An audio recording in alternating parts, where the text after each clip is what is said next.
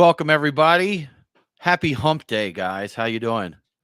Doing all good. right. Doing good. Good. This is Beer Guys Radio. We're back. This is episode 366, Brian. I think so. I Do think you that's remember? right. Does that sound right? So I think so. yeah. Uh-oh. Somehow my one of my devices overheard me saying something and decided to chime in. Hopefully you didn't hear that. Yeah. That's what happens to me a lot at work is I'll get on a Teams call, and for whatever reason, that's when I've set a reminder or something. So I've got the little echo device on my desktop here. It'll start running its mouth. So They're just excited for Ask a Robot. I guess so. They're waiting for the next Ask a Robot. Patience. Soon. Alexa, It will patience. be soon. I shouldn't have said Alexa. I shouldn't have said that. Yeah, now you're kicking them off. I have to be quiet for a second. Everywhere, so in she everybody's starts- house. Everybody, what? What'd you say? You need me? You need me? No, you're going to get it wrong. So there's really no point. Order a 60-inch TV off of Amazon. Yes. Yeah, exactly. No. They did fix that because I used to like to come to your house and try doing stuff like that, like getting yours to order stuff. And I think they fixed it where, because it used to be some of the stuff you could just order. Maybe you can still do it with certain things now, but they did put it where like it goes to your cart and then you have to go.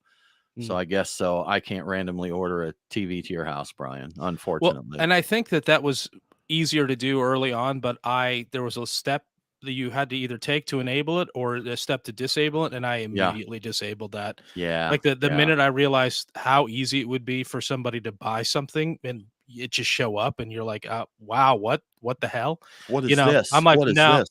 I'm never ever going to want to order something with my voice. I always want to look at it. I want to read the comments, the reviews. I don't want to go. That's got to be the slowest possible process if you're doing something carefully. Now, if you're just telling it reorder the thing I've ordered before, that's no big deal. But something new, especially if it's a TV, never by voice. Never. No, it sounds unsafe. I just You're don't just even know why. For trouble there. I don't even know why anybody would want to do that, honestly. So I don't know. No, unless you were like, you were shopping online and you looked, you're like, man, I really want this TV. I'm not going to buy it. This, that. And then the next day, for whatever reason, you're like, you know what? I deserve it. I deserve it. And you tell it to order you the TV. Maybe then, right? Maybe. Depends on how much I've been drinking. Okay. Yeah. That's if it was already in my cart and I already looked it over, I'm like, yeah, go ahead and pull the trigger on that then thing. Just maybe. Then maybe. Fun stuff. All right, guys, you ready to get show recording? Let me check something first. All right, we got that one. I'm gonna mix all the music. Yeah, gotta make sure this is loaded. I want to bring the show in with here. I think we're gonna use that one this week. Okay, you guys good with that? All right, sure. Yeah, let me grab a beer real quick. I'm already sipping a little Pilsner. I'm sipping something non-alcoholic. I need to put it in front of my face. Is that a Cheerwine? It is a Cheerwine. I put it on ice. I ordered it from Instacart. It took forever to get here, so I didn't even have time enough for it to chill in the fridge. I was going to drink it unadulterated, but on ice is fine. It's fine. Yeah, I do. Like my store only had them in glass bottles, so that's what I ordered. But the drinking straight from a glass bottle that's been iced is nice. I think the majority of the options I saw on Instacart were glass bottles. Yeah. There were singles, but in 4-packs. And I think I did see there's a zero variety. There's a Cheerwine Zero, which I considered because there's probably a lot of sugar in this and I probably don't need that. Yeah. But I'm like, I want the real deal because it's relevant to the show. Me too. For this one, because I was kind of getting it to compare to the Cheerwine Ale, I went ahead and went with the full strength Cheerwine. So makes sense. Nate, you set? You have beer? We're good. All right, let's do this. This thing, I forgot the way this software works. I have to. All right, now let's do this thing.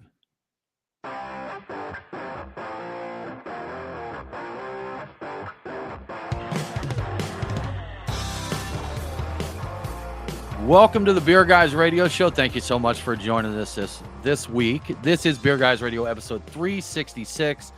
We've got a lot of hot topics to cover this week and cool topics, Brian, from what you're telling me too. So I'm Tim Dennis. Brian, how are you doing?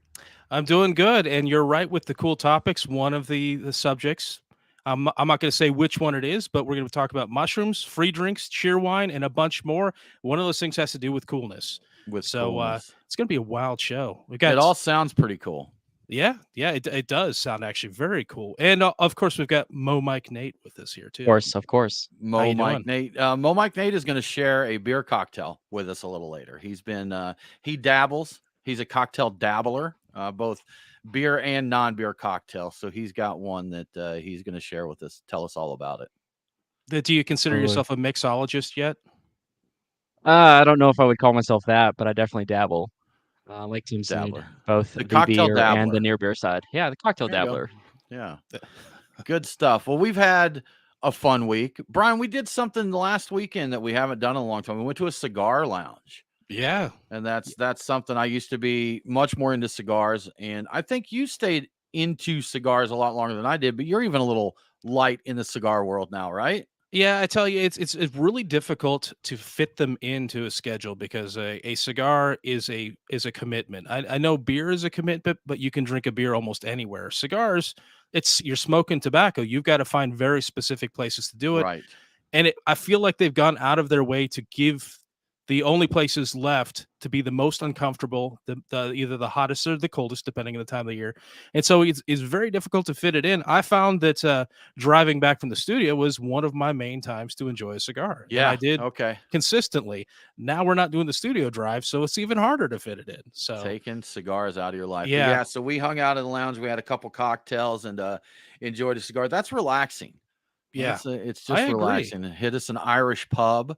That was a good time checking that out. And some fun stuff. We even went out on a school night this We week. did, yes. So we went, Billy, who is our newest Patreon supporter, just happened to be coming to Atlanta. And he hit us up and said, hey, guys, if you got some time, let's hang out. So we said, yes, let's do that. And we went to Brick Store Pub down in Decatur, Georgia. And, me being up in the suburbs, it was a nice leisurely 2.5-hour drive to go 30 miles. So, that's always a lot of fun. But Brick Store Pub's always worth the trip there. Got to meet up, hang out with Billy, share some beers. He gave us some awesome Carolina beers. So we're going to get into some of those today. We shared a little bit of our Georgia love. But Billy, thanks for coming and hanging with us. We had a good time. And I'm actually into one of the beers right now. This is from 8th State Brewing, and it is the Daily Routine. It's an unfiltered Pilsner. When this particular version has Mandarina Bavaria hops. So that's you're a big fan of those, right? I am. I do like that one. So yeah, definitely one I wanted to check out there. But yeah, good time.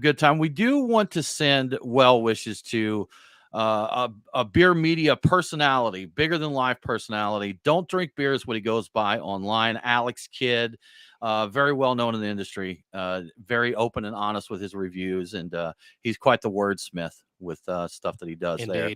And Meme Smith, I guess. What's that? And Meme Smith, I think a lot of what he does is He smiths memes and stuff. Smithing. Meme smithery. Meme smithing, but apparently he had some stomach pains, went to the hospital, and he was diagnosed with stage 4 colon cancer that they said had spread to his liver. He did put, we're not sharing any info that's confidential. He shared this on his Instagram.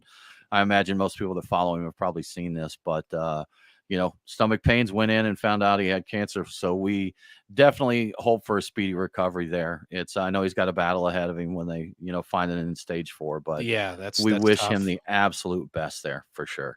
Indeed. Get well soon. Get well soon. Yeah. Well, Brian, I think I'm going to roll right into our beers of the week here. And we want to thank our friends at the Nest for sponsoring this segment. We definitely appreciate their support. And it's a great place to go hang out, Brian. Absolutely. One of my favorite things there outside of the food and beer is their patio. It's a really cool patio setup. The way they've got it, there's a fireplace there. So in the cooler months, they've got a fire going. You can hang out. But the way they're set up, it's 2 older houses. One is the bar end and one is just like the setting end of the restaurant. But the middle of it is the patio. You can sit out there and enjoy a beer. They've got a large tap list. Get you a mess of wings, Brian. I think that's an official measurement for an amount of wings is a mess. And their wings are good enough. You don't even need sauce. They're smoked, then crispy fried, and they're And they've good. got a But variety of sauces if you decide you want to test if that you out. need to sauce them up, if you But you'll need to, find out that they're good enough on their own that you may not need the sauce. I mean, there's nothing yeah. wrong with the sauces either. If you're Get feeling try both. saucy, then get Yes. sauced. That's really Yeah, all there yeah. is to it. You can go sauceless or you can get saucy at the Nest, Kennesaw, Georgia. Go check them out there. So the beers that we're getting into, I just mentioned one here from 8th State, getting into this Pilsner. We've got one. I'm excited about this. I'm excited to see what's going down. We have NoDa's Cheerwine Ale. And when we saw this release, we wanted to get it. Billy brought this to us when he came to Atlanta. And to prep for the show today and to prep for the Cheerwine Ale, I actually had a Cheerwine, which I haven't done in a while. So we're going to see how that's going. Brian, I think you're sipping a little Cheerwine as we speak, right? Yeah, this is an unusual thing for me. I'm usually drinking a beer immediately on the show. I'm drinking a very well chilled Cheerwine to get myself ready for drinking the actual Cheerwine. So yes, it's just a non-alcoholic soda. Show prep. No, I love how you have to say this is a non-alcoholic soda. Let's have to preface it with that. We're going to get into that.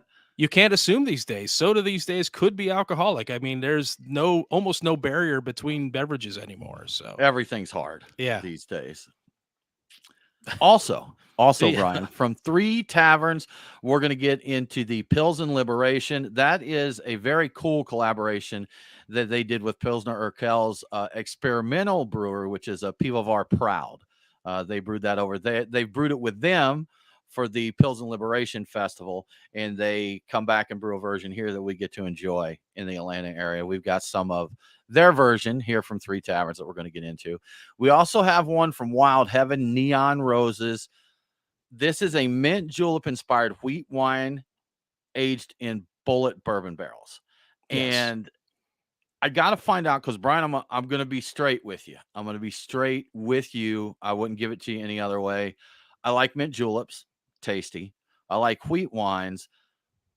I'm not feeling a wheat wine mint julep. I don't think they'll play well together. I'm going to say that up front and leave my mind open to enjoy this beer when we get into it. I think I'm the only one that's already had it, and I'm not saying anything at all. Okay. I like wheat Leave wines, and it's such an off the wall one that I gotta get it just because it's a wheat wine. Okay. And I'm not a big fan of mint in beer typically. I hear you. Yeah. I'm not gonna bias anybody ahead of time. I'm gonna let you drink it and see what you think. So okay, Nate, did you say you've had this one as well? I did. I had it at you the Georgia Craft Beer Festival, so I'm really excited to hear Tim's impression on it. Yeah. All right, we'll dive a little deeper into this one here in a little bit. So, but that's the beers we've got into, and maybe some other random ones that pop up for us. But that is our beers of the week. Excellent. The finest. Are you want to start your part of the show, Brian? Oh yeah. I'm sorry. Should we just sit here? I'll cut this out in post since you seem confused there. I you know what? Well, I can't tap you on the shoulder or anything since we're online here. But Brian, it's your turn. Okay. All right. So one of the first things I saw on the news this week was Maryland. We talked about Guinness closing down their facility in Maryland. They had a big production facility. They're doing all their brewing there, and I think they're opening up one. I believe it was in Chicago. I don't recall. Yes, I should have looked into that. Yep. And anyway, so they're closing that down, and they're taking Guinness's Baltimore Blonde with them. Well, it turns out that Baltimore County officials they want it to stay. They want it to continue to be made there. They want it to continue to be available. And they're willing to pony up $500,000 to any local brewery to keep that beer flowing. And the reason for the money is to fund whatever it would take in terms of infrastructure and upgrades to be able to produce that beer to the standard of what that beer should be. So apparently, and I don't think it was reported anywhere, it's like a local icon. I guess it's very popular in Baltimore. I had no idea. Yeah, all right. Because the actual sales for it are considerably down, nationally. So it was available here for quite a while, and I don't think it sold well after the first year or so. And so it was kind of their signature brewery at that facility. Some local breweries are interested, and one that was specifically named in the Brewband article I read was Heavy Seas. So they're potentially willing to do this, contract brew it. Diageo, the owner of Guinness, says they are open to exploring potential opportunities to keep this thing going, but any decision will be guided by a business case that also ensures alignment with Guinness's quality standards, and that's mostly all I quote. So they are willing to potentially allow this to happen as long as whoever's doing it does it right. So, Okay. so that made me think. First, what do you guys think of that? Is that seems weird, right? It seems weird. It seems weird, but I don't. Is it really the same thing if they have to contract brew it through someone else? I mean, it seems odd. I kind of feel like Guinness, if someone else was going to brew it, well, no. Okay. I was going to say, I kind of feel like Guinness would just be like, okay, if you guys want it that much, but no, a big company like that, they'll definitely do licensing or whatever they have to do there. But yes, it seems odd to me, but it also sounds like they're pretty attached to this beer. I guess so. It seems weird that this is happening fairly quickly. So, the government making such a quick move like this. I don't know what maybe they had plans for festivals, or is there some sort of a tie-in with this that we're unaware of? I saw people a little bit of speculation online about it. It's like, what is this about? Is this jobs or something? I'm like, it just doesn't quite make sense because it's not a big seller. I mean, at least outside of Baltimore, it wasn't. So I don't know, but Yeah, makes seems unusual. yeah. I mean, maybe here's the thing that over time there have been beers that I've thought I'd be willing to pony up money to bring back.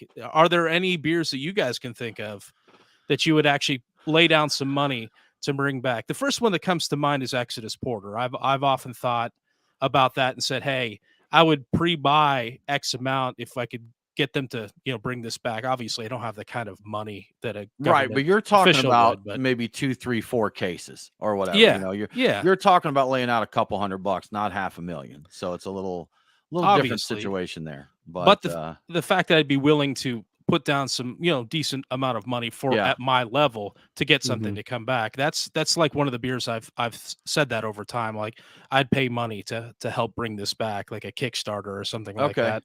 Any beers like that for you guys? No, Sweetwater a while back did a coconut lime goza that I really loved back in 2018, and I think it would be the same thing. I think I would be willing to pony up a few $100s to reserve some cases and make sure that that beer came back. Okay, another Sweetwater one. yeah. Yeah, Hey, Not for me, and the reason being, man, is there's always something new coming out there. it's There's true. beers that I have fond memories of that, I may change my opinion if a certain beer hit my mind. I'm like, oh yeah, that, I definitely pay for that to come back. But, I've tried so many beers from out of state that I only get to try one time, and I'm like, oh my gosh, I love that so much. That's one of the best beers I've ever had. But then I don't get it again. So I've went through that with so many beers that I'm just like, no, I'll just find my next favorite. I've Pretty been much. hurt before. I got over Yeah, it. I've been hurt before. I I shoulda. if you knew, and I'm pretty sure this is true, if you knew that is it Avery's Bonbon Cerise is no longer being made, would you pay to bring that back?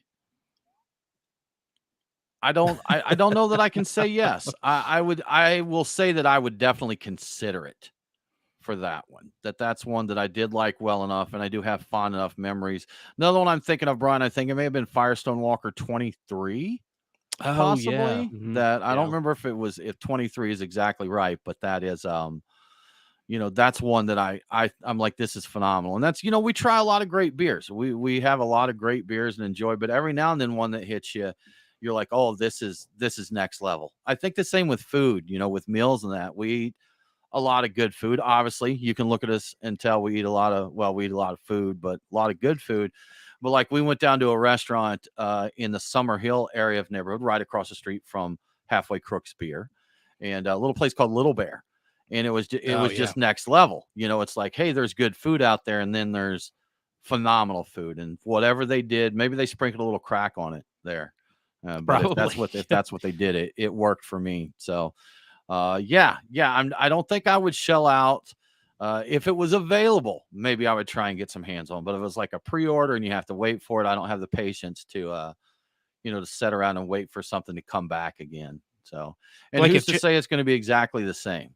now what if like True. Jenny Cream like went off, like they decided, hey, we're not gonna make it anymore. Like we're gonna sell I out would and keep my fond memories of okay. it. That's what I would do. I'd grab a Hams and I Yeah. would think about Jenny Cream.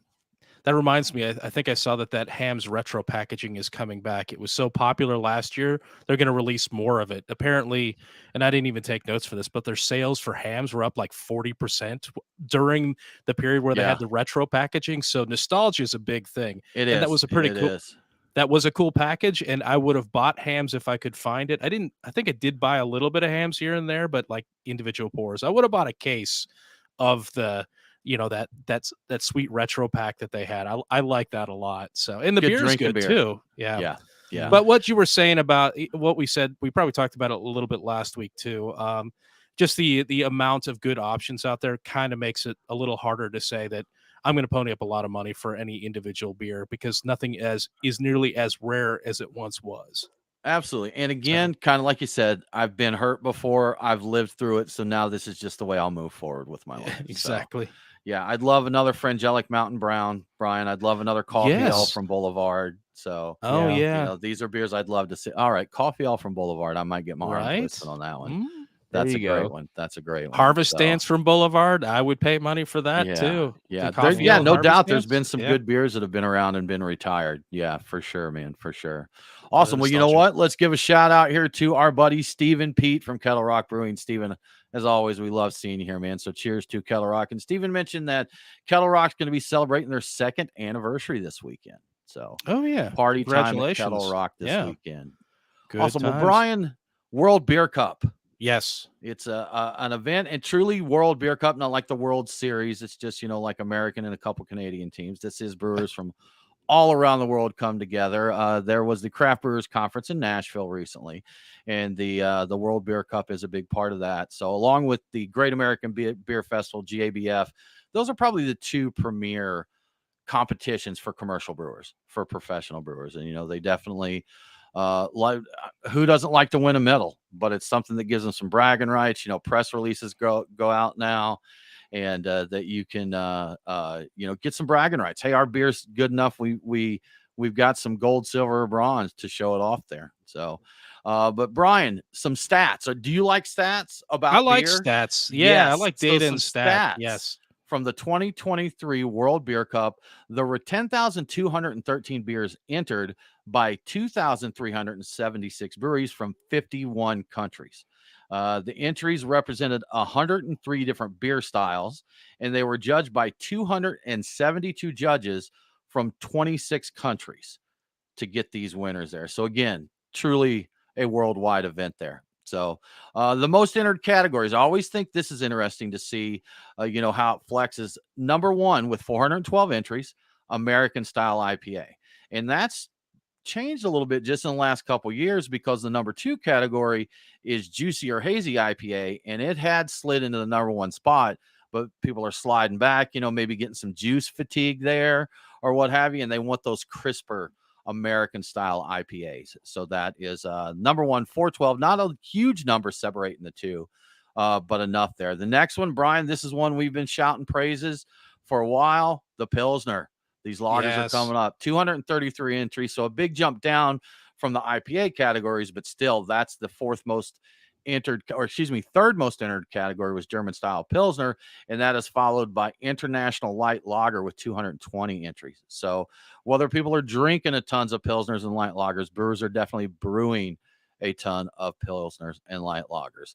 You also had just below Pilsner and light lager, wood and barrel-aged strong stouts with 202 entries. And again, that used to be a little higher up in the rankings. Yeah. You'd see those there. But out of those 103 categories, the average number of beers entered was 99 per category there. So some interesting stats on that. And, just because we got to love our home state, some shout outs to our winners in our home state of Georgia. We had Monday Night Brewing, New Realm Brewing. Interesting fact on New Realm, they have multiple locations. They medaled for one of their beers out of their Atlanta brewery, as well as one of their beers out of their, I believe it's Charleston, South Carolina. Do you know if it was the same beer or was it It was different beers. The one for Atlanta was, I believe, Blackberry Smoke, which is, I think that's a Pilsner. I think that's a Pilsner lager. I think it's a collaboration with a band too. It is Blackberry Smoke. Oh, is that the name of the band too? Yeah. Okay. All right. And the one from South Carolina was Oaxaca Chaca, which is a Mexican style stout, which I'm a huge fan of. I That's a enjoy great that one beer. quite a lot. Yeah. Haven't had the blackberry smoke, but I can vouch for how good that Oaxaca chalk is for sure. And then Silver Bluff Brewing for their Mexican lager. We know from having them on the show, Brian, they're almost religious about their Mexican lager. So that was no surprise to see that they won a medal for that. And then Creature Comforts got a medal as well. And I forget, it was either Bebo or Classic City, one of their Pilsner lager easy I drinkers think there. it I was forget which one. Classic City, I want to say, but I'm Yeah. not 100% sure on that. I So that's meant to that's go it. looking. Yeah. Brian, do you recall anything else from World Beer Cup? Anything else that stood out to you on the winners list there? No, I mostly looked at the highlights of what the local folks did, and I think I did hear about the New Realm having the two there, and which is why I looked into the Blackberry Smoke. I'm like, oh, what is that? Oh, it's a collaboration. All right, neat. Yeah. It sounds interesting. I'm interested. I've been kind of sort of following along with like a little bit of discussion and rumors and things about how like barrel-aged beers, like big barrel-aged beers, big stouts are kind of on the decline a little bit, which you'd I heard. mentioned. Yeah. Mhm. And Yeah. it's getting harder to find them in some places, and those used to be the whales everybody chased. So it's just interesting thing how things change up, you know. And I one article was talking about, and I want to say it was like New Jersey or Massachusetts, someplace on the eastern seaboard, where they're saying they've all but disappeared. Like it's very hard to find anybody who's actually even making them, which I find a little hard to believe. But I also know that our brewing scene is a lot different than other people, so who knows, you know? I think it's interesting how it seems like so many people's palates change at the same time. You know, it's like, what do they call it? Like starling murmurations? Isn't that it? Yeah. When there's thousands of Reverberations? birds, no, murmurations, Oh, I believe it's Yep. what it's called. When there's Mhm. oh, thousands of birds and they move, in sync so much, even over, we have murmurations of our palates or across the Mhm. country there to a certain extent. At Brickstore last night, we got a pastry stout from what was Great the Notion. brewery? Right, Great yeah, Great oh, Notion. Great Great Yeah. Notions, Notion. the double stack. Yeah, Mhm. yeah. That was Yes. really tasty, but Brian, I'll be honest, after one sip, I'm like, I'm not sure I could do this. This is just, it's Yeah. heavy. It's heavy. And I did used to really love those. So I had to get it, so that was the one that I actually ordered, but I think what I have, like a 6-ounce pour or a 4-ounce Mhm. pour, and everybody at the table had a drink off of it, and I didn't. In the past, I would have been a little like, "Yeah, I can't believe you guys drank so much," and it was mostly just like, "Well, I'm glad they drank that much yeah, of it be because like, thank this is you. it was really good. It was really good, great, like, double stack pancake. Yeah. Beautiful, is, very mapley, but again, it really sweet, really, Yeah, it was. It was. And speaking of big sweet beers here, Eric Gruber, who's watching us on YouTube right now, he made a comment. The brewery's shipping now, 47 states. I don't know what happened with the magic of shipping beers out there, but a lot of these breweries have figured out how to get them to a lot more states. And the brewery makes Black Tuesday, Brian, which is Yes, they one do. that falls into that big boozy category. I think I've seen it 19.6% on some of the releases there. I've seen it over 20, like a little bit, like a Yeah. 20.2 or something like that. Yeah, it's big. I was tempted when they announced that they had that shipping to make some orders there. That would have been one of the things if I put it in my cart. I may have the next day just yelled at Alexa to place the order there, but it's probably a good thing I couldn't do that. Just yell at my Echo devices to order beer. That would be unsafe. That would be unsafe, I th- definitely. I did order some, and it hasn't arrived yet. So Okay. yes, Eric, I actually am aware that they're doing it because I Yeah. ordered some. Yeah. I think they're running a special on it, and I got a discount, and it was like, and I let it sit in my cart. I'm like, this is kind of silly. This is fairly spendy. What am I doing? And then it sat there for a while, and was kind of it struck me. I'm like, if I don't do this, I'm going to regret not doing it. Maybe not, because I haven't really thought about it. So it's I been a regret while. nothing. Yeah. I'm gonna love it when it shows up, but then I've got to figure out how to get some people together to drink all of these 750s of just massive, I'm sure delicious beers. But it was easier when we had the studio going on. We could just Mhm. We'll let's just figure go it pop out. 'em. We're But we're Yeah, smart we'll guys. figure it We'll out. figure it out, man. We'll figure it out. I tell you what, we are going to get into our Cheerwine ale in just a minute and yes, talk about that. While we get that ready, we're going to go to Mo Mike Nate's cocktail corner. And he's going to share a beer cocktail with us that Brian, I think maybe you discovered it and shared it with Nate and he executed it. Is that right? I think that's right. I think Okay. he can tell us though what happened there. Have you Sure. tried this So one, Brian? Which one? The Cheerwine or the one Spaghett. Nate's about to share with us here. No, I don't think I have. All right, Nate. All right, man. Tell us all about this cocktail. Yeah, so this is something that Brian shared to me, I think like a couple months ago even. And I finally just bit the bullet and bought myself a 12-pack of Miller High Life, the champagne of beers. And the recipe he shared with Nice. me was you take a big swallow out of a 12-ounce Miller High Life and you add in roughly an ounce of Campari. And it's supposed to be the Hobo Negroni, per the Chicago Tribune, peddling that. The Campari was a little harsh for me. Campari for me is a little bit too bitter, so I saw a recipe online looking it up for a blend of lemon juice and Aperol, and honestly, it tastes like a shandy when you add the juice with the Really? Aperol. The Aperol is a little sweeter, a little less bitter, um, and I liked it a lot better. I thought it was really tasty. It almost, if it wasn't a shandy, it to me tasted more like a juice.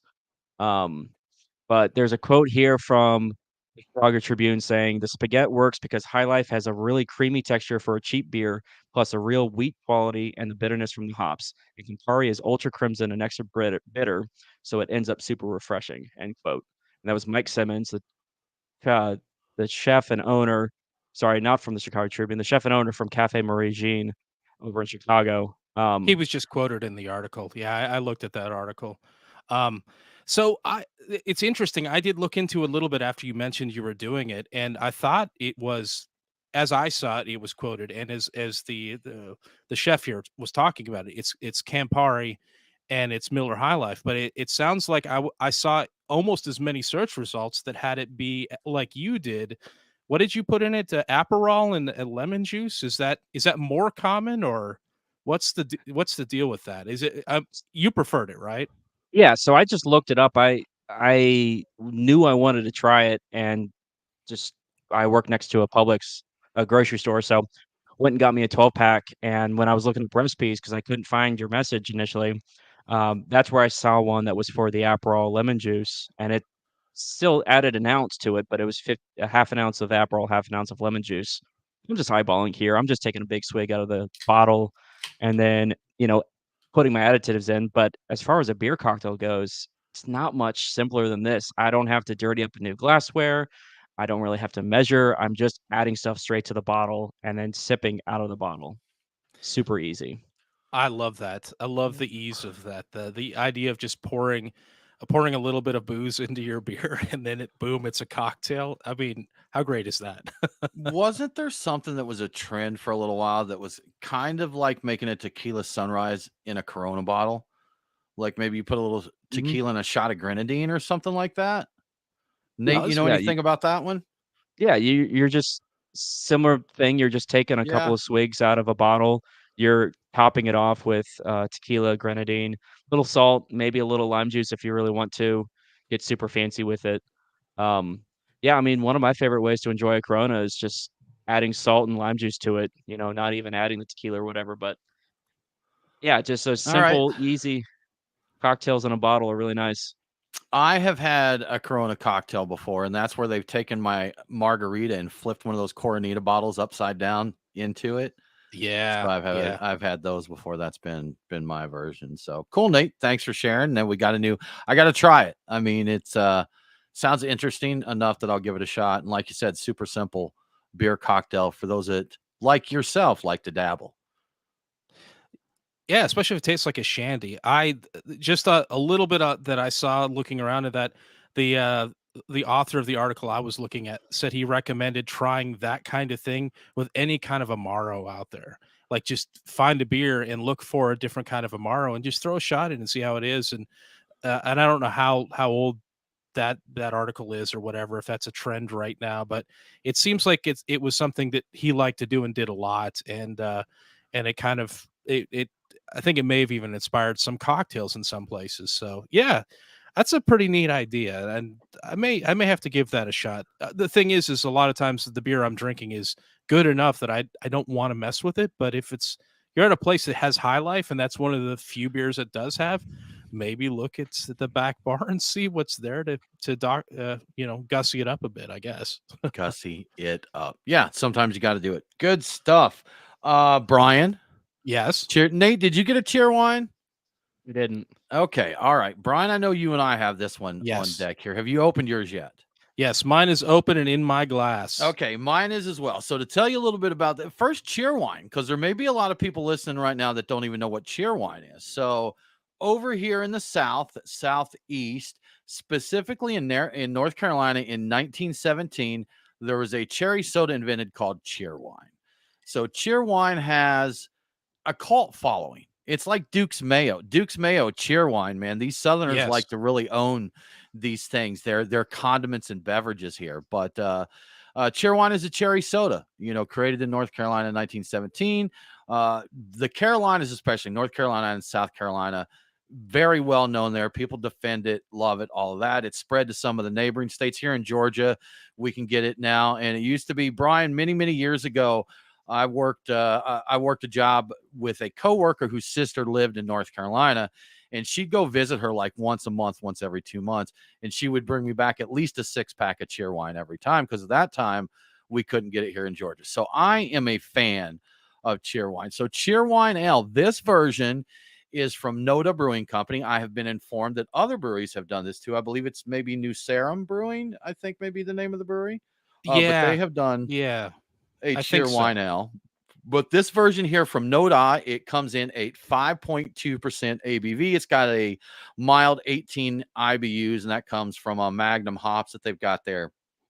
But Cheerwine Ale, per NoDa, is a crisp, refreshing wheat ale infused with the South's favorite cherry soda.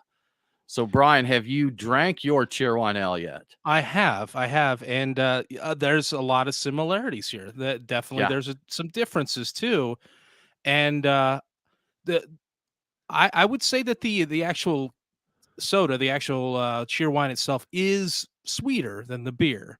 Yeah. But I do get the there's a it's a wheat ale, so there's a little bit of the wheat character in the beer, obviously, and it's a little less sweet, but it has a lot of that cherry aroma. It's got some of that cherry flavor. Seems a little bit more subdued, maybe a little bit more subtle, like not beat you over the head as much as the Cheerwine itself. But yeah, So it's the color is a color is lot kind of a different. pale pink color in the glass, like hazy. Of course, you got your wheat in there. The aroma, in my opinion, is unmistakably Cheerwine. Very I mean, yes, very very, much. very, very Cheerwine on the aroma. And in all honesty, to me, this just tastes like it's a wheat beer that maybe they've added a shot of Cheerwine to, because it's quite subdued there. And Yeah. I personally, if they'd kept a little more sugar in this, or a little more residual sugar that brought out a little more sweetness, I probably would have dug it. But I'm still getting. I think to larger crowds, this may be perceived as more drinkable. That you're going to get that smooth, easy wheat wine with a little the slight cherry Cheerwine finish on this. So not overpowering. It's not cloying like you may think a soda-inspired beer may be. This is a drinkable beer, even though it is fashioned after a soda. I agree with that assessment. I do agree. I'm on board with it being more drinkable. I'm not a big sugar, water, soda, beverage type of consumer. I get my sugary beverages are beer basically, and I think the Cheerwine Ale is exactly where I want it to be in terms of sweetness. I prefer that to the Cheerwine itself, but I don't have this nostalgia. I didn't grow up with Cheerwine. I like it, and when I drink it, it does, and I do have some Cheerwine left.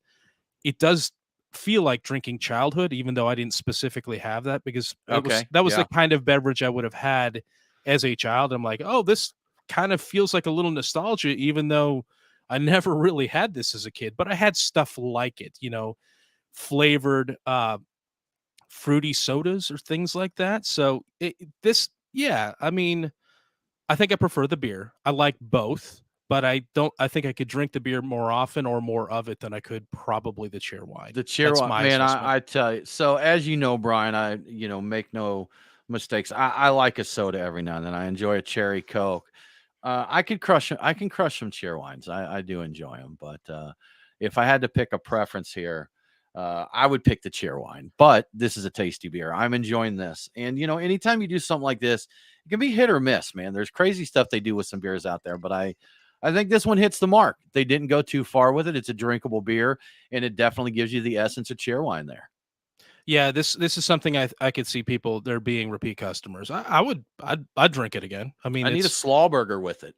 You know, a, that's a slobber. Okay, yeah, I I don't. got to do the full Carolina, man. Get your burger with some slaw on it and Oh, I just had seen go to something town. about that. Yeah, Yeah. that's. I had one of those. Somebody did that for me one time, and I'm like, "What on earth are you doing?" And Yep. I was actually a little annoyed at it. I didn't know that was a thing, Eh, b and it wasn't Angry at bad. the slaw burger, A huh? little bit. I'm like, "What did you do to my burger? Like, Yeah. why would Yeah. you do that? I Why is went that not on the side where it belongs?" No, you're in Carolina, baby. The Yeah. slaw's going on. I remember going to see my cousin that lived just outside of Raleigh, probably 20 years ago now. We were youngins then, but I went with her to a friend's cookout. And gosh, man, I hate to say this, probably more than 20 years ago because I think we were in our teens and went over to her friend's house for a cookout. And the mother was, being your typical Southern mother, taking care of everybody. And she went to get me a burger off the grill. And she's like, honey, do you want slaw on your burger? And at that time, I didn't know about the slaw burger, Brian. I had no idea. So I'm like, do I? Do you put slaw on the burger? And everyone there just thought I was an alien, grew a second head or something because I didn't know about slaw on a burger. So I said, yeah, all right. If this is the way you guys roll here, I'll roll with you. And that's how opinions are changed. You look around, and everybody's like looking at you weird. I'm like, okay, yeah, let's do Yeah. that. Yeah. Yeah. I had a kid in second grade almost want to fight me because I didn't have cornbread with dinner every night. Yeah. He was Oh, this a kid in Mississippi. He could not accept that as my reality. So that is crazy. it's good stuff. Well, y'all, we want to give a quick shout out to one of our amazing sponsors, Truck and Tap. Truck and Tap, again, they've been with us since the very beginning. We greatly appreciate it. They have 3 locations in Metro Atlanta, right here in my hometown of Woodstock, Georgia, Alpharetta, and Duluth, plus the Taps at Feast. Brian, right across from the Irish pub we were at this Yeah, weekend the there Irish at the pub and Battery, close to the Atlanta. cigar lounge where Yes, we went to. yes. Yeah. Taps at Feast right in the Asian food hall there at the Battery, Atlanta. You're always going to find something good, man. They got cocktails, they got lots of beer.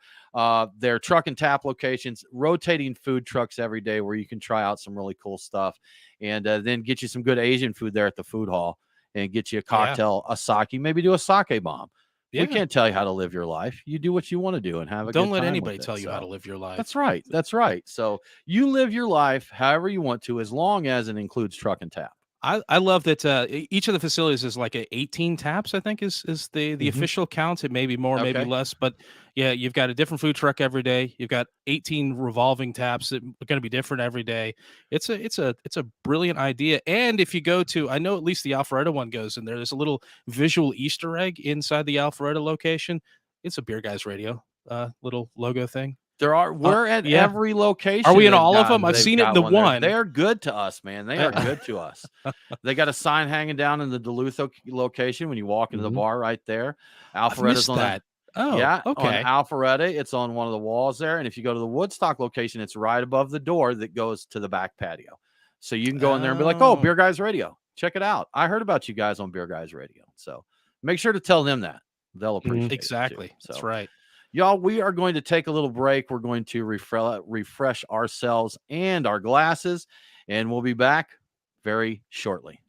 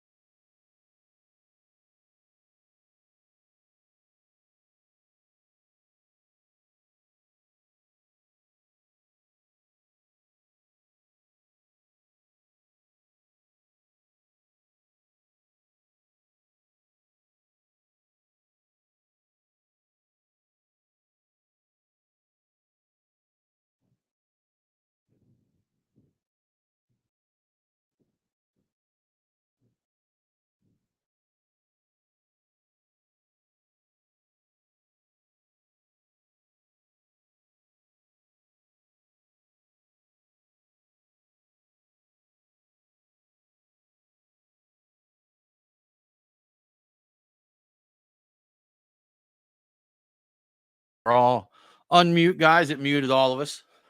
All right. All right, we're back. Glasses refilled. Bladders emptied.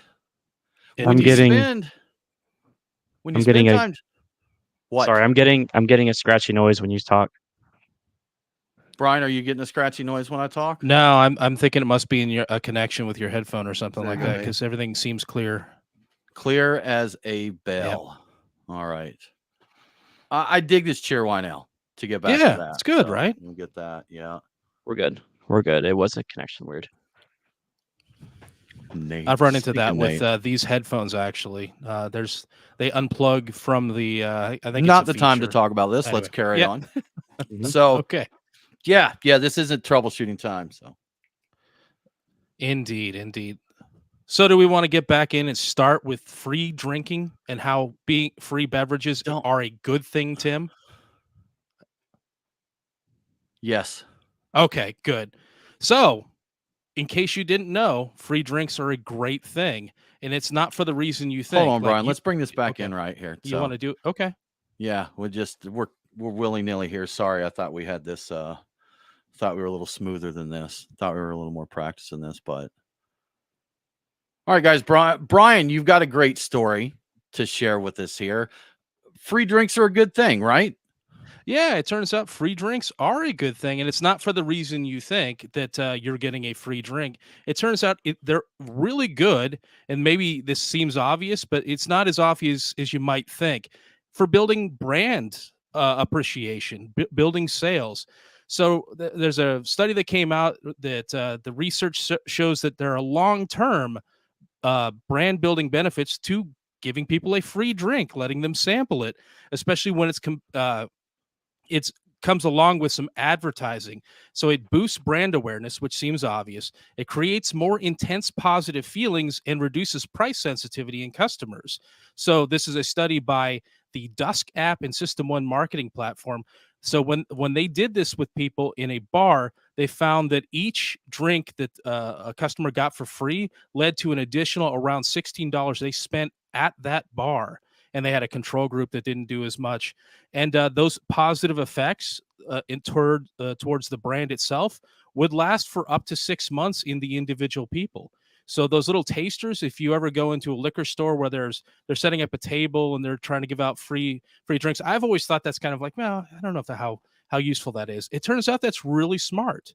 So and I have in fact wound up buying things as a result of having a taste, and if they're outgoing enough and I'm aware of brands, and I can still think of one that I'm aware of now that I had no idea about, and I still have a bottle. So I think it worked on me. Have you guys been lured into buying things based on samples? Yes, I can't argue with that. Like when I read this news, I hadn't really thought about it, but to me, I'm like, that makes total sense. You give a sample out, and that's, in all honesty, Brian, I've talked to breweries and consulted breweries on ways to increase their brand awareness. And one thing I tell them that's fairly low cost is have people out to try your beers. It's that simple. And you can do it as simple as, hey, we've got this new beer, stop by the tap room. I'd love to let you try it, and let people come out and talk about it.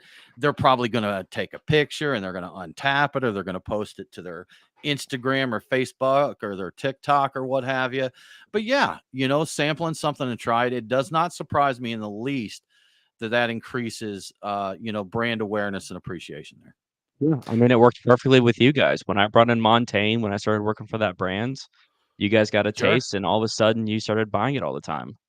And Nate, that's a great point, because I would have had no eyeballs on Montaigne at all. Actually, they had reached out to me before, so I was aware. Okay. And I think this makes the point even more, Nate.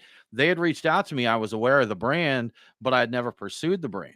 You brought in the Montaigne, we sampled it, and we're like, hey, this is really good water. This is good sparkling water, and started purchasing. I started looking for it actually after that. So yeah, I think that's a great example, Nate. I was aware of the brand, but until I had sampled it, until I'd been given a sample, had really not paid a ton of attention to it. I know for me it's worked in the opposite where, and this goes to that price sensitivity. I won't name any names, but there's been beverages, there have been spirits that I've seen that it's like, well, that I'd be interested in trying that. I'm curious if that's good, but I'm not willing to pay whatever it is per bottle. If it's Sure. spirits, maybe it's 50, 60, 70, who knows how much they are these days. And it may be great and you hear it's good, but I can't bring myself to go and do that. However, had I had a free sample of it at some point in time and determined I liked it, and maybe the good feelings, the goodwill generated by the freebie, maybe I would have bought a bottle of it. I don't know, but Yeah. I know that I can't bring myself to buy a bottle to find out what it's like.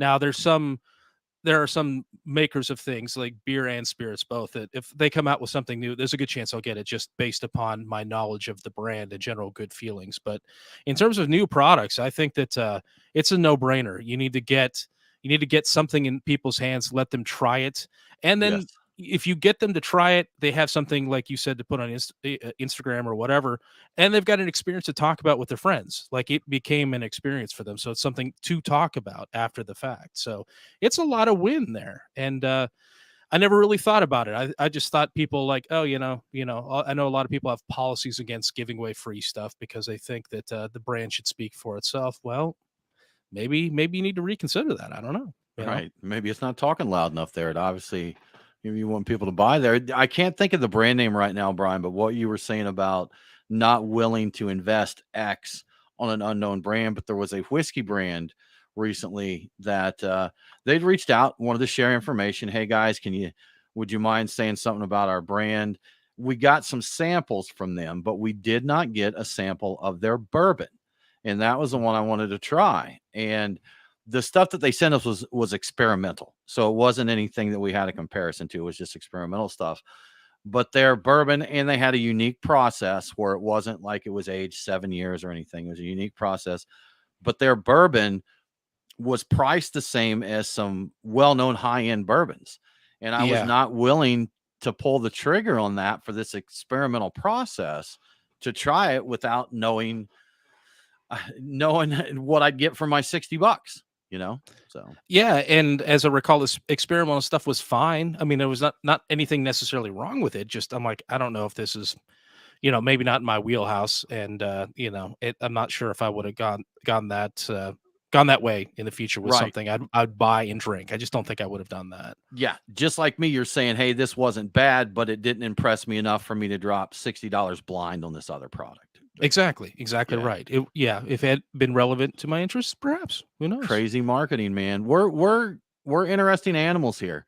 Give us a sample, let us try it. If it's good, yeah, we're on your team. That's fine. We're there.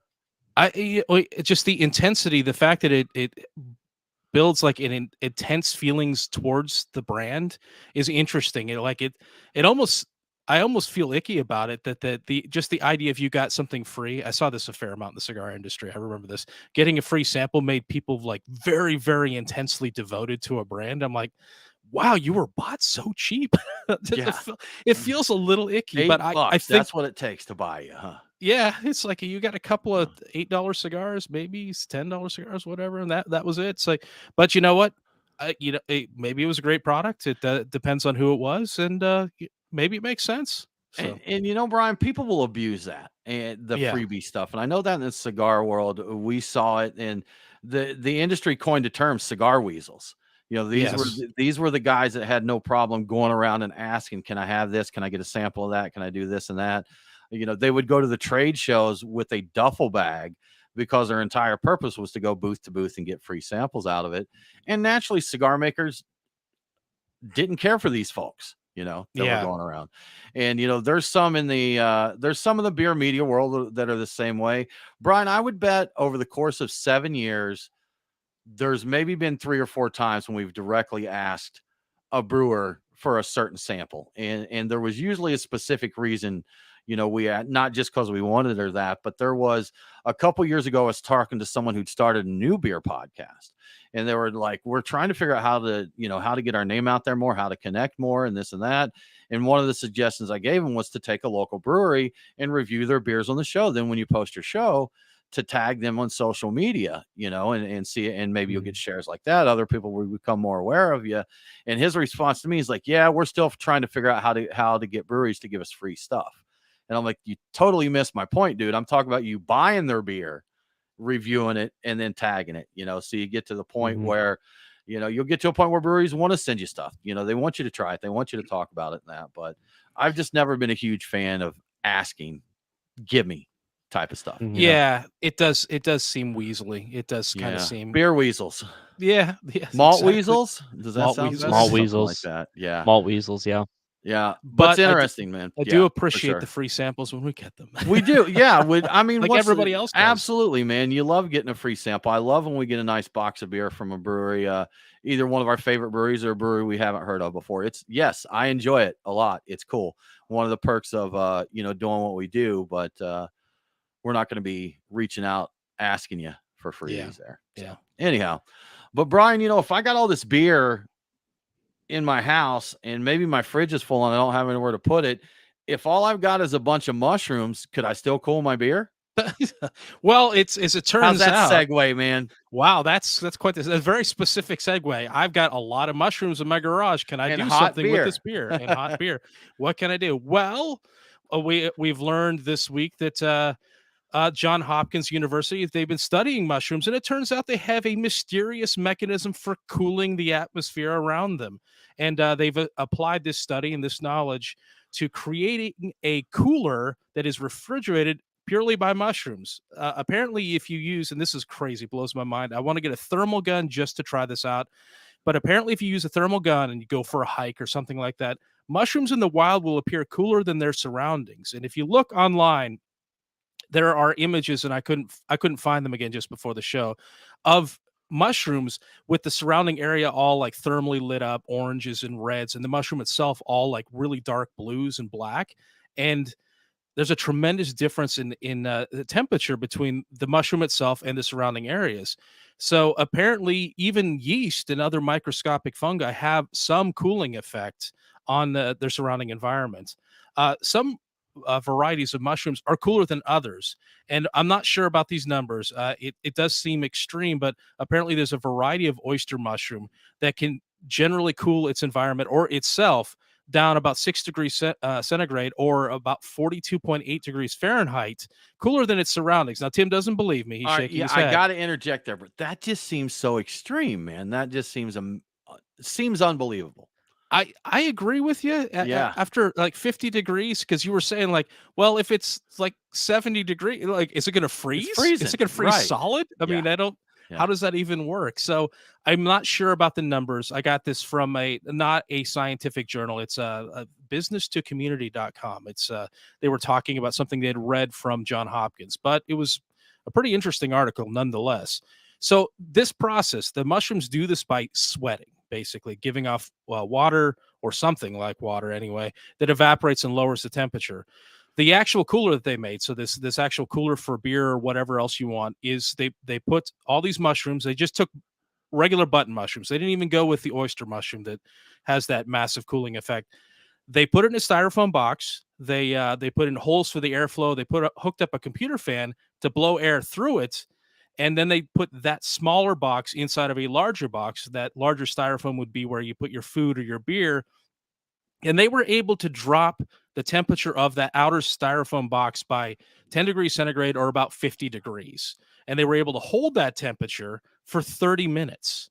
So I was reading this and I'm like, man, that is cool. But there's something familiar about this. And then I remembered there was some sort of a hack that I was back in the homebrewing days. I always wanted to try where you did something with a styrofoam container with ice and a fan and some things. And I wanted to do that kind of a hacky DIY air conditioning unit. And I even saw people that went far enough to put solar panels to it. But I wish I'd seen this, because mushrooms would have been the answer, right? Should have just done mushrooms there, right? So that's pretty interesting. I don't doubt it. There's crazy stuff that happens out there. A mushroom cooler. Okay. And then when it stops cooling, you can fry them up there. Fry them and you're good to go. And the interesting thing is when I was looking for additional information about this, there's not a ton out there. I was Googling styrofoam, cooler mushroom, and apparently you grow mushrooms in a styrofoam container. So you could actually, theoretically, you could dual purpose it. You could grow your mushrooms for whatever purposes you're using those mushrooms for, but also cool off things at the same time. So keep your beer cold, but also grow your mushrooms for whatever, eating and whatever you might do with those. And so dual purpose. And of course, the mushrooms completely edible, like in this particular case, oyster mushrooms or button mushrooms. So yeah, it's just a whole lot of win. And I suspect there are future applications to this for handling air conditioning. It's something they're gonna figure something out, but in the short term, and the article said this, there's no practical real world application right now. It's kind of more of a, hey, this is a neat science experiment. Let's try this out. So I guess that's the way a lot of it starts, though, right? yeah, They're like, oh, well, this is interesting. What can we do with this newfound information here? exactly right. Well, Exactly right. And it think makes me about it. want to do it. If you go into a forest or somewhere in an environment that would foster mushrooms, it does generally feel a little cooler there. And I Yeah. guess some of it could just be, maybe it is just the environment, that mushrooms grow in. Maybe they're helping to contribute to it. But interesting either way. I think that a lot of times they do favor the cooler areas. So it would be Right. if it's a place that is naturally a little cooler, maybe they would contribute to it. It seems like they would. I want to know if anybody goes out and it has ever seen this, like has a thermal gun or whatever. I want somebody to go out, check it out, and send us some pictures of it. I want to Brian see. needs someone to measure the mushrooms for I him. want to see. I He want to needs see you to measure cold the mushrooms in mushrooms. the thermal landscape because that's so cool. I'm so tempted to buy one of those thermal guns, and I know they're not cheap. I had a Just water email Yeah. mushroom temps at beerguysradio.com with your findings Yeah, so we there can see you go. what's going on there. Good Definitely stuff. want You to know know about that. what? You know what would go great maybe with some fried mushrooms or even some like sauteed and that. Have you guys ever had beer can chicken? No.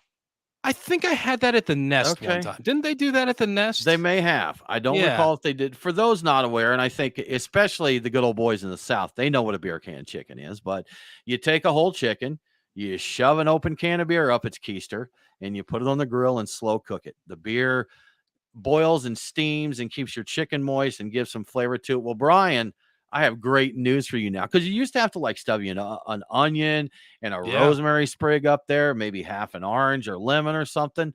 Not anymore. Not Oh, really? anymore. Purdue chicken manufacturer, one of the biggest one around there, they partnered up with Torch and Crown Brewing Company, and they have created beer can chicken beer. Now, there was an early release on this, actually a leaked release. The company releasing this information had reached out to some beer media or media personnel and said, if you can stick to a media embargo, we got some info. They obviously couldn't stick to the embargo because they immediately screenshotted it and shared it all around there. But the Yes. speculation at the time, without knowing anything that was going on, is that maybe some brewery like Martin House had created a beer that tasted like beer can chicken. That's not the case. What this is a beer that has the notes of rosemary, thyme, pink peppercorn that you would normally season your chicken with. So it's now all right there in the can of beer. This is going to be a limited edition. It's going to be sold online, available starting May 22nd, but it's got everything you need to season your chicken right there in the can of beer. Now, I got to admit, I would love to try this, man. I would love to see how well it did at actually infusing these flavors into a chicken. Because one thing I'll say about the beer can chicken, they're really moist. I mean, because you're basically shooting 12 ounces of steamed beer through them while they're cooking there. So, if you get you some rosemary and thyme and peppercorns in there, and they can actually get that flavor coming out of the beer into the chicken, that should be some tasty chicken. And they're calling it a honey double citrus ale, right? I mean, honey double citrus ale, huh? Okay. So you Yeah. got some other flavors in there, and then bringing in the herbs and spices. I think it'd be great. I'm curious. Be fun to try. You would drink that beer? You would try the beer? I would try it. Well, that was one question I had when I saw this information is like, is this a drinkable beer or is it something that's specifically made to steam a chicken? It's like, you're not going to want to drink that, but it will steam a good chicken for you. Yeah. It's like, and why not both? You would think, I don't know much about Torch and Crown Brewing Company. I'm assuming they make great beer and all that. Purdue teamed up with them, so There's I'm sure really they no do. way to know. Yeah. I assume that they would make something that people would actually drink because how many beer can chickens are people actually doing? Maybe there'll be a massive growth in the production of these I things. believe these are pretty popular during barbecue season. You're not very domesticated, Brian, or maybe you're No. overly domesticated, so you're not hitting the grill, you're not smoking chickens. Nate, I thought you may have known about them. I know you dabble there a little bit as well. But yes, yeah, beer can chickens. They even make like a little stand where it gives it a flatter base, and you can drop your can on there to make sure your chicken stays upright as it's steaming. So, yeah. So these are popular in the backyards in the dirty South here. I'll Okay. definitely try and buy a too. 6-pack. Yeah, I'll definitely try and buy a 6-pack. And Yeah, honestly, like those flavors they'd be great for like a Momeknake cocktail corner situation. Add a you little might get them in gin to it. a little herbal cocktail there, huh? Yeah. All right. That would be an interesting. All right. Well, look, we'll grab a sixer of this, Nate. We'll try our best so we can try. Do you have a grill, Nate? We do. All right. Well, we're gonna make some chicken at Nate's house. It's a date. We're gonna smoke some chickens and make cocktails. Smoke cigars inside. It'll be fun. See, it's a party, man. Now it's a party. Gonna be amazing. We'll Brian, have some bring those spaghetti. brewery beers. Yeah, a little spaghetti there with it. So yeah, it'd be a good time. Start the evening off with some spaghetti. Have the beer can chicken and the beer can chicken beer, and then finish the evening off and ourselves probably with the brewery big boys. So that sounds like a winner. That's gonna get wild. That's too much, guys. We've gone too far. Yeah, We've probably. gone too far. Guys, I think that about wraps it up for our show this week. Some good, fun topics. Cheerwine beer, man. You know something I've got to say since we moved away from the studio? When we were in the studio, we shared beers. So it was a lot easier to have 3, 4, 5 beers during the course of the show. I got to drink a full beer now, so especially in an hour time, I'm lucky to get 2 beers in now, but I'll do my best. I'll give it my college try there. Yeah, as do we all. We were splitting the beer, so the 12-ounce can. We were actually getting 4 ounces of pop. 3 to 4, depending on what we had going on there. But go through them a lot faster. So now full 12 or 16. Yeah. So madness. It actually makes us look like we're a little bit more reserved and responsible. At least in our individual places here, right? Yeah, right. Yeah. Well, y'all, that about wraps it up for this episode of the Beer Guys Radio Show. For more craft beer info, follow us online, y'all. We are Beer Guys Radio on Facebook, Twitter, and Instagram. Thanks for tuning in. Have a great week, and don't forget to drink local. Cheers.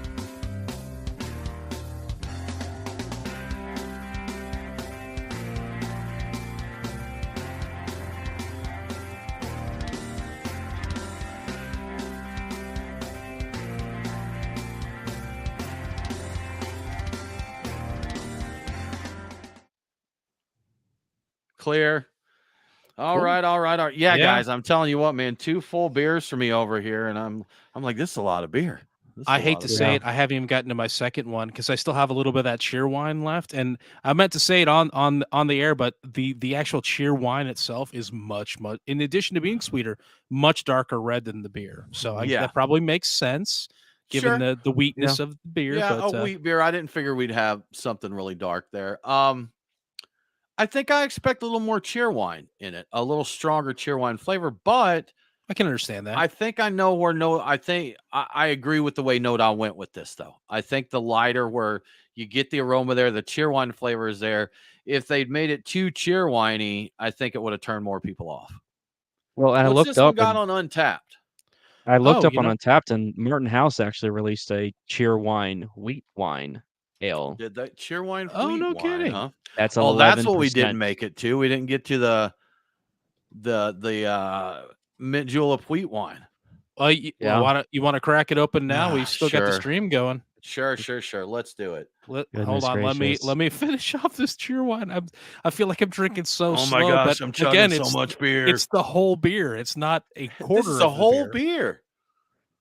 Yeah, Martin House dropped a Cheerwine wheat wine beer that is 11%.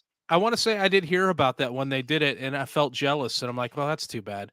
So the Untapped ratings for Cheerwine from NoDa is 3.46, which that seems stingy to me, depending on what your rating. Okay. I think this is good. I think I would have given it, if I were just shooting from the hip, going Untapped ratings on my ratings, I would have 3.75 to 4. I'm like, it would have been in that range. I think it's good. I don't think it's I don't know. You get above 4, you're starting to talk about things you just buy with automatically, and Yeah. I don't know if this is a buy automatically thing, but I think this is a buy again thing. At the right time. So being perfectly honest here, I like it. I'm drinking this and I'm liking it, but I went into this knowing that I like Cheerwine. And so I'm bringing some of that into it, probably just the cool factor for me, because I'm like, hey, this is neat. This is cool. I don't know where I'd rate this, man. I don't know what would be fair to rate it, because I do allow. I try to say that I rate every beer to the. You know what? If I rated this to the style of what it was I would give it a good rating, because I think it hit a good wheat ale that is Cheerwine inspired. Yeah, it's American Pale Wheat Ale is what it's in here as, assuming that is correct. And it's got the official logo on there, so I assume that's what Drink Cheerwine. I assume that is what NoDa would classify that as. And it tastes like a decent it's a solid wheat ale, and it's got some nice cherry to it. It tastes like good. Cherry, It hits it. Yeah. And so I think that anybody rating it on the low side, unless like there's a lot of people whose average is 3, and I'm like, if that's your average, 3.46 is above average. So I guess I understand that if that's how you rate. I think that a lot of craft beers, based on how I rate, which not really that scientific, a lot of it's in the higher 3s. The average of a good craft beer is probably 3.5 plus. Yeah. In my opinion. So that's how I go. I know other people do differently. Y'all, if you're still here with us, this is a beer we didn't get to in the show, but this is Neon Roses. This is from Wild Heaven. And this is a mint julep inspired wheat wine. All right. Did you get one of these, Nate? Did I give you one? Nope. This is the beer I'm drinking. Ooh. So an Old Nation M43 strawberry. Mint gum is the aroma I get. Mint gum, specifically like mint gum, like candy mint. What kind of mint though? Like spearmint, peppermint? Spear. Okay. Yeah, I don't know why I'm sniffing spearmint the mic. is what I get. Are you pouring a beer and smelling the mic? I was sniffing the mic. I can't smell anything. What am I smelling here? Like, yeah, that's really, really dumb. All right, let's see how this is. I had it. All right, here we go. But I'm gonna clear my mind and think of nothing and see how it is now. Yeah, I thought I would theme tonight strawberry because I use strawberry infused Aperol for my Spaghett, and so a tart strawberry IPA just it's delicious. This is really good, and Tim is not having a very good time over there. This is great live stream material. Tim loves the beer. This tastes exactly as I expected it to. This is I do not care for this at all. Not at all. Like a spearmint. Well, heavy. It's the worst of both things combined.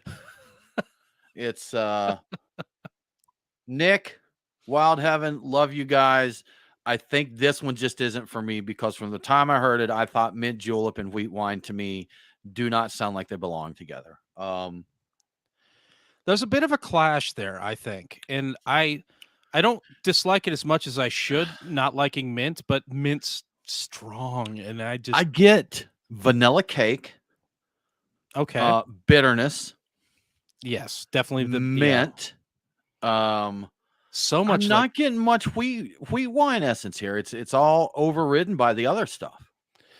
And I don't know if I've got a sensitivity, but the mint quality of it is like Technicolor, like very intense, like very like candy involved style. Like what's up? Yeah, like the amplification that you get from candies that use mint. Yeah, it's okay. But it actually, right. I get like if you go in and if you've ever like as a kid hacked down some mint plants and things like that, I've done that, like that super intense, like fresh mint stuff that is in my like the palate, the roof of the mouth, through the back of the nasal passages. That mint just sits there for me a lot, and I'm surprised that I don't hate it as much as I would ordinarily hate it. Yeah, in mint and a lot of things, but I'm also not a fan of it, really. No, it didn't So do it for me. I wanted to be wrong about this one, but it definitely, uh, it. I don't care for it. I That's was hoping. like I said, I get overdone mint, over powerful mint, over intense mint. Um, Oddly vanilla cake, like vanilla pound cake, very prominently to me. Yeah, that vanilla is definitely in there, and then like a bitter edge. Yeah, Yeah, vanilla bitterness. cake is good. Yeah, And I'm that's a not good sure. I'm call. not getting the like the malty, the wheat winey aspect I expect there. It's overridden by the other flavors. So This is yeah, one. this one didn't hit it for me. Yeah, this is one of those beers. I drank one of those, like, I don't know when it was, maybe on Friday or something like that. And I drank through it, and I actually alternated back and forth between, oh, that was not bad, and then the next Okay, one is like, oh my god, it's no, like no, no, and then I was like, well, shit, let me take another sip. I'm like, oh, that's not bad, and then yeah, I it's a little crazy. schizophrenic. This beer is a The little out of its schizophrenic mind. beer, Yeah, it's a little out of its mind. It's fun. yeah. I like the weird concept though. So I had to and I couldn't give it to Tim and tell him I think this is gonna be wretched and I think you're gonna hate it No, I because he appreciate that wouldn't you drink don't that. don't bias me. I formed my opinions based on what the beer was, and I didn't want it tainted by anyone else's opinions. And we've had beers that sound like they would be a complete Sure, mess we have. and have them turn out. Seven Deadly Stouts is Mhm. one of those. One of the finest Yeah. beers we've ever had. Look how what Sounds like a complete mess and is fantastic, What unbelievably about beautiful. that coffee white chocolate IPA? Another one From, from a Monday Hot night, Pot, Yeah, yeah, Monday release, night. Oh, and the white it's mocha it sounded horrid and was seriously ended up being one of the best beers I'd had. Yeah. oh my god, that was so good. Yeah, Right, that and was. it's like, this should not work. This shouldn't work at all. No, So, this shouldn't be. But I got to say that Monday Night has a history of making fantastic beers, but specifically really well done coffee IPAs. That yeah, was a departure from other things they've done, but I love when they came out with Bedhead. Bedhead was Mhm. it's been a beautiful, minute. Would you beautiful. pay to Yeah. bring Bedhead back, Brian? Oh yeah, yeah. Okay. I would if I had any assurances it would turn out as I remembered it, I would I'd I'd be like, all right, sign me up for a couple of cases or Sign me whatever, up. like whatever it takes to bring that back. So Yeah. and Alright. got who knows, they may have done this and I missed it because there's so much beer happening now. It's It just no way is. of It's knowing. hard to keep up with it all. Sure Yeah. enough. Well, guys, let's end the live stream here. Nate, get ready to take Yep. us out, man. Y'all, thank you so much for joining us this week. We'll be back next week, same time, same place. More beer news, interviews, and terrible reviews, crappy jokes. Thanks for joining us, y'all. We'll see you next week.